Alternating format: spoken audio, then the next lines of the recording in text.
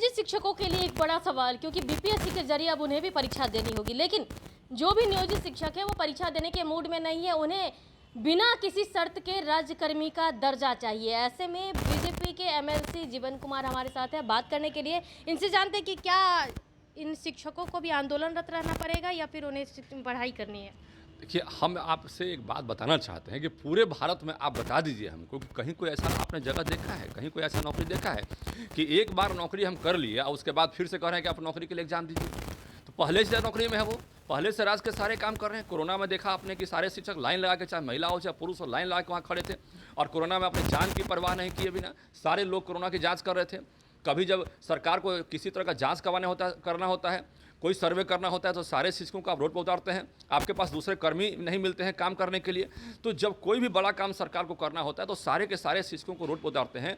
और राजकर्मी का दर्जा देने की बात है तो आप उनसे तरह तरह की बातें करें फिर से एग्जाम दीजिए।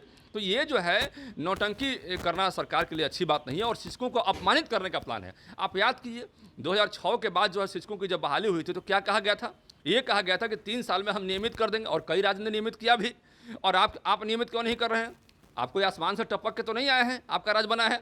हमारा ये कहना है कि जब आपने वादा किया और लगातार वादा करते रहे, माननीय मुख्यमंत्री जी हमेशा इस बात को कहे कि ठीक है घबराइए नहीं देंगे, तो देना चाहिए आपको। आप कहते हैं कि जो दिए हम ही दिए और जो देंगे हम ही देंगे, और तक क्यों नहीं दे रहे हैं भाई? कौन मना कर देने से? आप दीजिए उनको। और 16 साल 17 साल 15 साल से लगातार पढ़ा रहे हैं नियोजित शिक्षक हमारे 4 साढ़े 4 लाख, और उनके आपके मंत्री भी कहते रहे कि हम देंगे, और जब देने की बारी आई तब कह रहे हैं कि आप फिर से एग्जाम दीजिए। ये गलत बात है। आप सारे कार्य करते हैं, सारे काम उनसे करवाते हैं और राजकर्मी का दर्जा देने की बात आ रही है तो हिंदुस्तान में यह पहली बार होगा कि आप फिर से एग्जाम देने की बात कर रहे हैं, उस व्यक्ति को देने के एग्जाम की बात कर रहे हैं जो व्यक्ति पहले से ही मतलब नौकरी में है। एक बात समझिए, डिपार्टमेंटल एग्जाम होता है हर जगह। आप डिपार्टमेंटल एग्जाम की बात करते तो बात चलती है, आप तो फ्रेश एग्जाम की बात कर रहे हैं। कल हाईकोर्ट में आपने देखा ही, हाईकोर्ट में क्या हुआ? हाईकोर्ट में जज साहब बोले, स्पष्ट बोले ना कि भाई जो राजकर्मी का दर्जा की मांग करें तो आप मांग कर सकते हैं, लेकिन ये आवेदन जो है अभ्यर्थियों के लिए है तो अभ्यर्थी को हम अलाउ करते हैं। मान लीजिए सरकार चाहे तो पूरे हिंदुस्तान से अभ्यर्थी जुटा के यहाँ एग्जाम करवा सकती है, जो सरकार का मंशा है। सरकार की मंशा है कि बिहार के लोगों को नौकरी नहीं देना है। तो जज साहब ने साफ कहा कि भाई जब जो हमारे बीच में जो नियोजित शिक्षक हैं उनको राजकर्मी का दर्जा मांग करना है तो हमारे तरफ से मना ही नहीं है, मांग कर सकते हैं।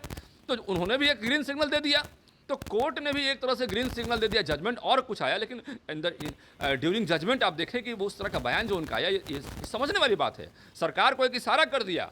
सरकार को समझना चाहिए कि इस तरह की बातों को लेकर जो है जो हाईकोर्ट का जो क्या इशारा है उसको समझना चाहिए और इस इशारों को समझते हुए सरकार को राजकर्मी का दर्जा देना चाहिए। अभी देखिए कई विधायक भी समर्थन में, कई पार्टी के विधायक समर्थन में, हम जो उनके घटक दल के विधायक हैं वो भी 11 जो विधानसभा का सत्र शुरू होने वाला उसमें 11 जुलाई की बात किए हैं कि 11 जुलाई को हर जनप्रतिनिधि से जाके मिलेंगे और उनके पास शिक्षक जाके मिलेंगे और अपनी बातों को रखेंगे। तो कहीं ना कहीं अब उनके घटक दल के भी विधायक उनके खिलाफ हैं। देखिए सरकार, देखिए माननीय मुख्यमंत्री जी को तो झूठ बोलना नहीं चाहिए पहली बात, इसलिए कि लोग उनको बिहार के मुखिया के रूप में कभी नहीं झूठ बोलना चाहिए। उन्होंने पहले ही कहा कि 7 घटक दल से मिल गए हम इसको लागू किए हैं। उसके एक दिन बाद जीतन मांझी कह दिए हमसे कहाँ बोले हैं, सीपीआई वाले बोले हमसे कहाँ बोले हैं, कांग्रेस वाले हमसे बोले हमसे कहाँ पूछे हैं। तो जब किसी से पूछवे नहीं किए हैं तो आप झूठ बोलने का आपको ज़रूरत क्या था? अरे झूठ बोलने से कोनो आपको कुछ मिल जाने वाला है? चुनाव है, नहीं बोलते झूठ। लेकिन जनता में झूठ का पर्दाफाश हो गया। एक बात तो आप समझ गए। दूसरी बात यह है कि माननीय मुख्यमंत्री से हम आग्रह करें कि भाई कि आप झूठ नहीं बोलिए, जो भी चीज़ है साफ साफ कहिए कि भाई हम आपको नौकरी नहीं देंगे। हम झूठ बोलते हैं, युवाओं को नौकरी देने की जो बात करते हैं केवल छलावा, साफ साफ कहिए। हम चुनाव के बाद आए, चुनाव के वक्त आएगा, अब लंबा अभी झूठ क्यों बोले, लंबा वादा क्यों करें? चुनाव के वक्त वादा कीजिएगा, झूठ बोलिएगा। अभी आपका झूठ का पर्दाफाश कांग्रेस कर दिया, सीपीआई कर दिया, सब पार्टी के, जीतन मांझी की पार्टी का सब पटिए कर दिया। कहने का मतलब ये है कि अच्छा दूसरी बात आपने एक बात कहा कि घटक दलों के लोग भी मतलब मांग कर रहे हैं, ये बात सही है। घटक, हमारा कहना है अभी हमने बयान देखा घटक दल का, सीपीआई का, कुछ विधायकों की इच्छा है, लेकिन विधायकों की इच्छा से नहीं होगी, पार्टी की इच्छा होनी चाहिए और पार्टी को इस स्टैंड पर कायम होना चाहिए कि भाई ठीक है हमारी पार्टी जो है समर्थन कर रही है, और खुल कहना चाहिए आपको।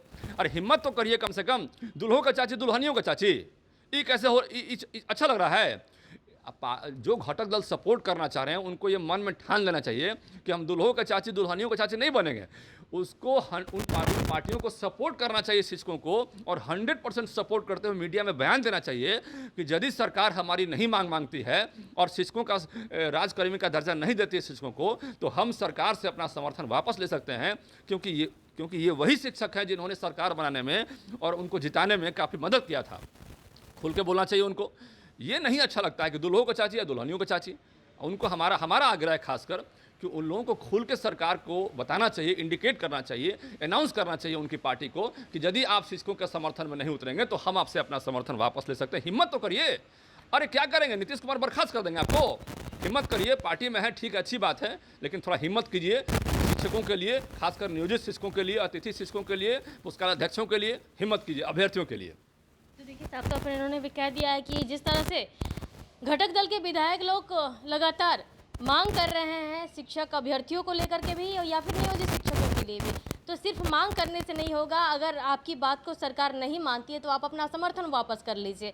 तो ऐसे में समझेंगे लोग, यहाँ के शिक्षक भी समझेंगे और जनता भी समझेंगे कि आप उनके हित में बात कर रहे हैं। ऐसे में लगातार जो आरोप बीजेपी की ओर से आरोप हमेशा लगते आया है सरकार पर भी और उनके जो घटक दल के हैं, तो ऐसे में देखना होगा कि इन शिक्षकों को राज्यकर्मी का दर्जा मिलता है या नहीं। लेकिन फिलहाल जिस तरह से बिहार में राजनीतिकरण हो रहा है शिक्षकों को लेकर के, यह सरकार के लिए नुकसानप्रद हो सकता है। फिलहाल इतना ही। बने रहे कसेशन के साथ। पटना संघ से एक रिपोर्ट।